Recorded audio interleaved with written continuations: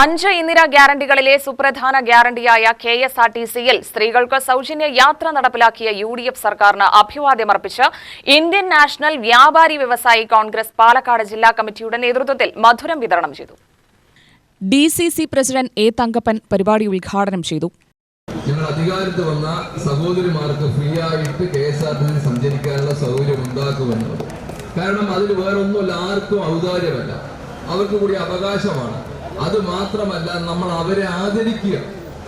വനിതകളെ കേരളത്തിലെ ആദര സൂചകമായിട്ടാണ് അവർക്ക് വേണ്ടി ഈ സൗജന്യം യാത്ര ഒരുക്കിയിരിക്കുന്നത്. അതിന്റെ ഉദ്ഘാടനം 9:30 മണിക്ക് ശേഷം എല്ലാവർക്കും ഫ്രീ ആയിട്ട് പ്രഖ്യാപിച്ചിട്ടുണ്ട്.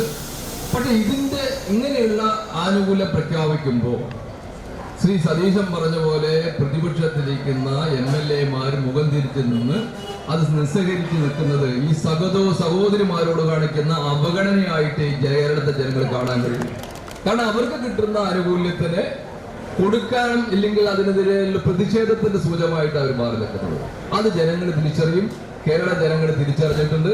അതാണല്ലോ 102 വന്നത്. ഇനി വരുമ്പോൾ അതിന്റെ ഇരട്ടിയിലേക്ക് പോകും എന്നുള്ളത് തർക്കം വേണ്ട. കാരണം അത്രത്തോളം അവർ ഇതുപോലെ വികസനം നല്ല കാര്യങ്ങൾ ചെയ്യുമ്പോൾ മുഖത്തിരിച്ച് നിൽക്കുന്ന MLA-മാരെ തിരിച്ചറിയും എന്നാണ് എനിക്ക് പറയാനുള്ളത്.